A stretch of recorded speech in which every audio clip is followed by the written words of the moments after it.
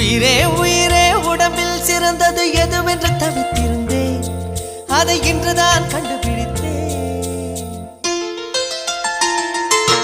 கண்ணென்னை காட்டியதால் என் கண்ணே சிறந்ததடி.